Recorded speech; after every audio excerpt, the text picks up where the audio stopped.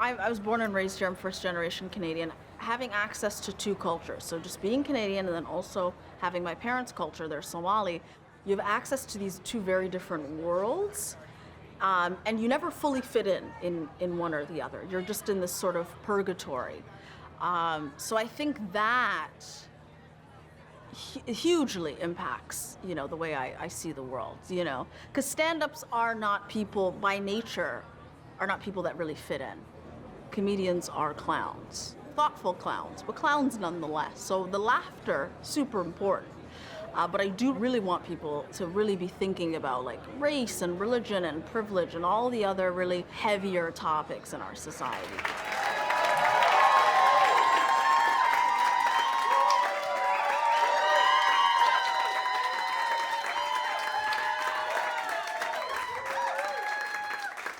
I'm here, I did it, I'm here. Tonight is a beautiful full circle moment because white people are paying me money to make fun of white people on TV. You guys, I am my ancestors' greatest dream. I am. So unless you're a sociopath, I think we all are having a bad pandemic, Pandemics are bad in nature, kind of a package deal. But one thing I did find really amusing at the beginning of the pandemic was all those press conferences that Justin Trudeau would do. Remember those, right? They were right outside of his house, but he was always late, Oh, J. True, so cute, Yeah, I don't know, here's the thing, Justin Trudeau, he's hot, He's a liar.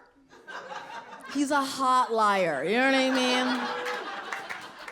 mean? He's the level of handsome where I'm like, nothing you say is true, He'll just be talking about climate change and then he'll just like run his hands through his hair and I'm like, are you flirting with me? What's going on? What's happening right now? What's going on? Oh, seduction, what's going on? It's very weird. Whenever I saw Justin Trudeau at a press conference, it always felt like I was watching an actor audition for the role of prime minister. Like, it just didn't feel real. It wasn't connecting for me. I don't know about you. Two people that had a very profitable pandemic. I think we can all agree, two people. Okay, number one, Jeff Bezos. Made all the money. Okay, shout out to JB. We love you, girl. Okay? And that 2-day shipping. We love you. Okay, number two, my therapist. Wow, she made so much money off of me. She's rich. She made so much money off of me, okay? Here's the thing. Actually, quick round of applause. Who here is in therapy? Doesn't it feel like, going to therapy just feels like you're buying like a Maserati for your mind. You know what I mean? It just feels, it's like luxury. Luxury rich, feels so nice. I will say this though, for those of you that are not in therapy, I do need to warn you, okay? From time to time, a therapist will do crazy stuff, like go on vacation. Okay? All right? Okay? Have a baby, okay? They're gonna need to take time away from their job, and that to me is disrespectful, okay? All right? Okay?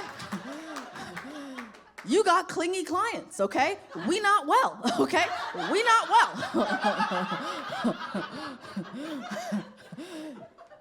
You don't think I told my therapist this? Of course I did. I have the energy of the woman that would, okay? Told my therapist this and I was like, this doesn't seem fair. And she told me, she's like, you know what, Hoodo, listen, okay? Just talk to your family. And I was like, my family is the reason why I'm here, okay? I'm not gonna go to the source. Not gonna do it. I'm not gonna go to the source for that, okay? I'm pretty sure my parents don't even believe in therapy. I think they think I'm just paying someone money to just tell on them. I think that's what they think is happening. And they are correct. That's what's happening. That is what's happening. Here's the thing, I love my family, but I don't like them. I don't, you know. Like, if we weren't related, I wouldn't talk to any of them. You know, I wouldn't be friends with any of them. I wouldn't even do elevator small talk with them, you know? And that's like the lowest form of human connection. Like, I wouldn't even, not gonna even do that, you know? I love my family, but I don't like them, you know?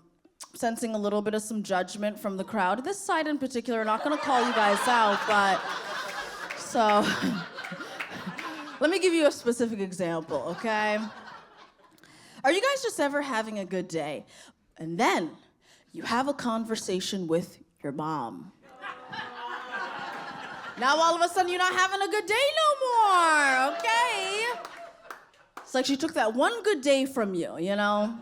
What I'm saying is a mother is like a bully that loves you. You know what I mean? It's a very confusing relationship, you know? This joke only works if there's a certain level of trauma in the room, so. I don't drink, so during the lockdown, I was just there for all of it. You know, I didn't escape. I was sober the whole time, you know?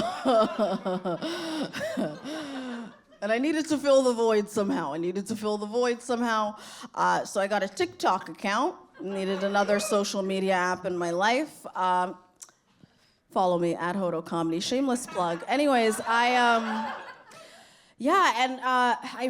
learned that apparently on the internet there's a war going on between Gen Zs and millennials. There's a war going on, and that to me is crazy, okay? Because we share a beautiful bond that cannot be broken, and that is, okay, no future because of climate change. Okay, that is, you gotta laugh, otherwise you're gonna cry. That's really what it is. That's what we have to do. I am first generation Canadian. I'm very proud of that. I was born and raised here, which, wow, ooh, hit the jackpot. Your birthplace is like real estate. It's all about location, you know? My parents are from Somalia. It's a beautiful country, politically unstable. Shout out to colonialism. And black girl over there knows what I'm talking about. Just gonna shout out all the black people. That's what I'm gonna be doing. All 2 of them in Vancouver. That's what I'm gonna do. And no one tells you this when you grow up in a broke immigrant household, is that you have to always lean on each other because you're living in a country that isn't really set up for you to succeed, so you have to rely on each other. You can never make personal choices. You always have to think of the group, the collective, always. And so when I got older, I started making my own money. And then I learned the hard way that, yo money ain't really yo money, okay? Yo money is their money, okay? And no one told me this. And what I'm saying is that there's a ball of resentment in my chest. And as a result, I've become a little bit conservative now. And I don't know how else to say this, but we gotta get rid of these immigrants, guys. We gotta get rid of them. Especially my parents. We gotta get rid of them. I self-identify as a Republican. Build the wall. Build it.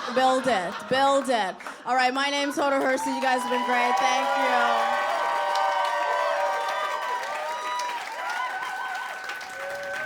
Feel great? Feel like a star. My ego's on fire, you know? Yeah. And listen, I had fun up there. The audience was amazing. They weren't good, they were amazing. I'm actually sad that it's ending, you know, that it's over tonight, yeah.